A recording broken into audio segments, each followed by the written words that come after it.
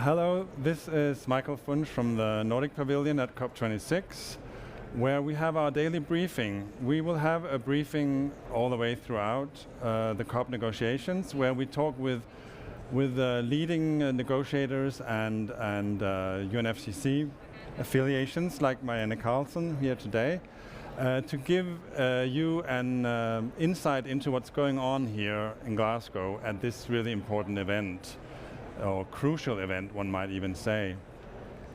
So stay tuned and follow us every day at 1:15 GMT, and you can get closer to the COP negotiations. But today with us we have Marianne Carlson. Thank you so much for coming. I know you are extremely busy with the negotiations, and you are actually the chair of the UNFCCC subsidiary body of implementation. Already there, I think most people are thinking, what is that? Thank you very much, Michael, and thank you for inviting me. Well, the subsidiary body for implementation is one of the two main negotiating bodies under the convention. So the climate convention is made up of parties. And the parties decided when they established the convention that the practical, technical negotiations were to be allocated into two big subsidiary bodies. One for implementation and one for technical and scientific advice. And these two bodies, they are led by those two which is elected from parties. So 2 years ago in Madrid, I was elected the chair of the subsidiary body for implementation, while Tosi Mpane from Congo was elected the chair of the subsidiary body for technical and scientific advice. And under these two bodies, the main bulk of negotiations is taking place. So the negotiators that come from all across the world to work, to agree on many important elements for adaptation, mitigation, transparency, finance, capacity building, technology, gender, participation and engagement, and education. They are all here working actively under these two big bodies. So can you explain more about, you mentioned all these areas, education, gender, and so on. So how does it actually take place? So people meet in these groups and try to work out the text? Yes, so first we start with agreeing on the agenda. So this is a party-driven process.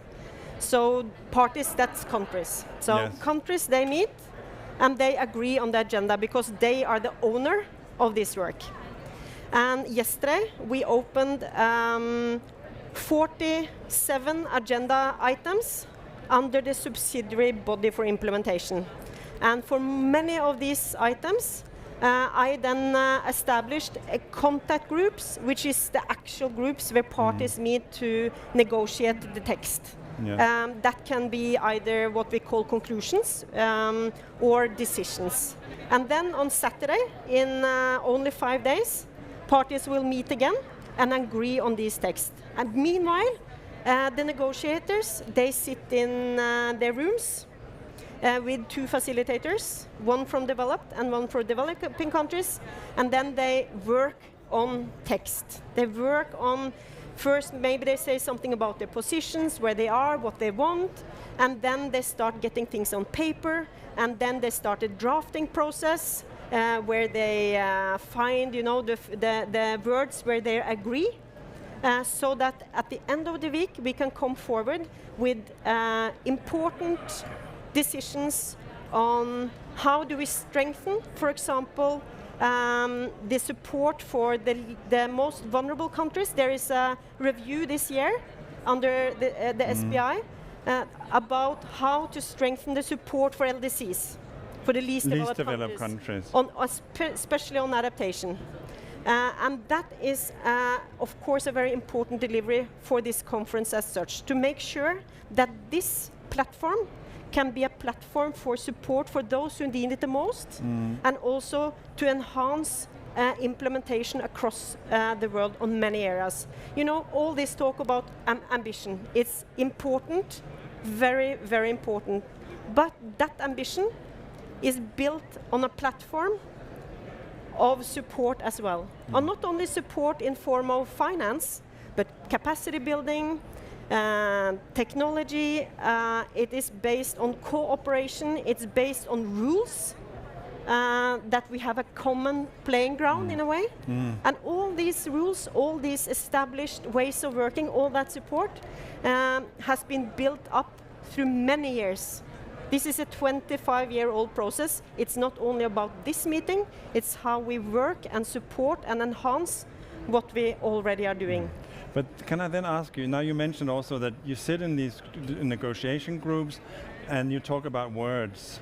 And I think what people often find hard to understand is that it seems it's going on and on and on, and I understand about the building of trust, and it's very fragile in a way. But on the one hand, we have these pressing issues, and as you say, we need to help the least developed countries. There's an urgency. But then people also discuss commerce. How can we, how can we explain that to people? I will give you a very, very important example. So, I don't know if you know about the rule book of the Paris Agreement. There's a lot of nodding. So the rule book is, the Paris Agreement sets the general standards. But then you have all the rules, like if you have a tax law, but you need the regulations. Otherwise, people don't understand what to do. So what we did in Katowice, 3 years after the Paris Agreement, was to establish in a way the rule book, the guidance to parties on how they were to implement the Paris Agreement. And for a long time we were struggling to find a good way of capturing how parties were to communicate their climate targets, what is called the national determined contribution. Yes. What kind of information can we expect that party will provide to explain what kind of level of ambition they are placing on the table? And guidance was provided for that. And then the question was, so should this be for all? Should it be something that we have to do? Or maybe that we could do?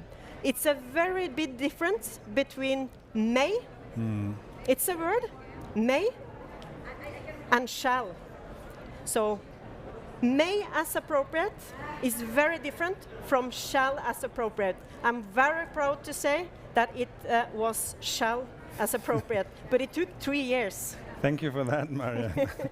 I think it's incredible to hear about this sort of behind the scenes in a way. Can you say a little more also about the different groupings? And you mentioned the least developed countries. They have a kind of a club, if you like.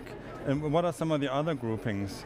There are many clubs in the UNCCC, some more formal than others. I will talk about the formal ones. So many countries, they cooperate to speak with one voice. So in the EU, for example, they speak with one voice. So they coordinate the positions, and several of the Nordics are the EU, and they speak with one voice. They then agree in advance on their positions, and then during this course they have their own sort of coordination meetings. This goes also for many of the groups in the developing countries. So the developing countries, they first have this big group called G77 plus China. It's a big group, and they gather the week before the COP to agree on the overarching positions. But the G77 is also split into regional groups for some parts, like the AGN, the African Group of Negotiators. And then you have ILAC, which is the Latin America group of negotiators. Then you have the island states, which is the AOSIS, so the Alliance of Small Island States. It's a very poetic name somehow. A very poetic name, very strong negotiators from AOSIS. Then you have the least developed country group. Then you have, so that's sort of quite familiar. Then you have also the Arab group. Then you have some cross-cutting big negotiating group among the developing countries called the like-minded developing group, which is cutting across many regions, which is very much led by China, India, Saudi Arabia, big, strong developing countries. So it's a little bit sort of multifaceted, I have to say. Then you have some group which doesn't coordinate much, like the umbrella group, doesn't have common positions, but they cooperate on the overarching statements, but not in the negotiating room itself. So it sounds like there's a lot of strategy and I wouldn't say scheming, but at least positioning. It is obvious that when people come to this place, they have positions. We are people, but we also have positions. And obviously, we have different interests. We have different roles to play in this process. So indeed, yes, there is a lot of what I wouldn't call it. I don't like the word games. I know that people play games, and I know the games, but I think that what is uniting us, because you can imagine, in Norway we have municipalities. Anyone has municipalities in your countries? I'm sure you have. Now, for like 25 years, we have tried to merge some of the municipalities.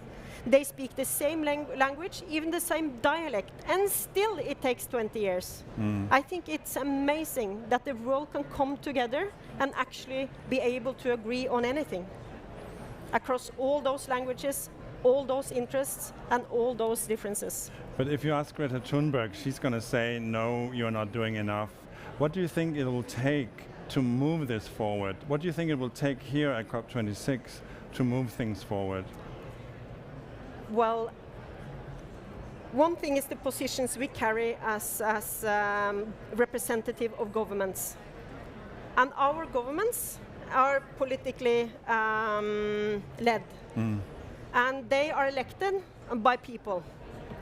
So I would say what is important is that people drive the process through what they put into their every 4 year they go for elections, because that makes the difference. And the most important thing about the COP is not the COP, but what happens between the COP, especially now as we have the Paris Agreement, because it's the countries themselves that decide. So what happens at home is extremely important. So yes, it's important to have a COP, to gather, to create that political pressure and momentum, but the job needs to be done at home. What we do here is, of course, to agree to have the supporting structures in order to make sure that we have a rule-based regime, extremely important, but the ambition job is done at home. So what you're saying is basically now we're here in Glasgow, but we're really the result of an extremely long process and of many different sideline processes and ambition. When you got the job, you were probably signing up for 1 year. You ended up getting 2, or how does it work? No, as a president of a COP is elected is every year, so that rotates among the regions, and within the region they agree among themselves who will be COP president. But subsidiary body chairs, they are elected among parties every 2nd year, and it rotates. So now I am the subsidiary body implementation chair. Next term will be a developing country, and then a developed country will do substa. So it rotates every 2nd year among. I'm not going to call myself an experienced negotiator, but people that have been in the process for a while. Yeah. And what is at stake here, would you say, in your own words, as Marianne? What do you think is important here at this COP? What should we look out for? I'm going to say something very benign, because I'm so focused on the negotiating process. Time, I need time. So if somebody has more hours in a day, I would be very happy.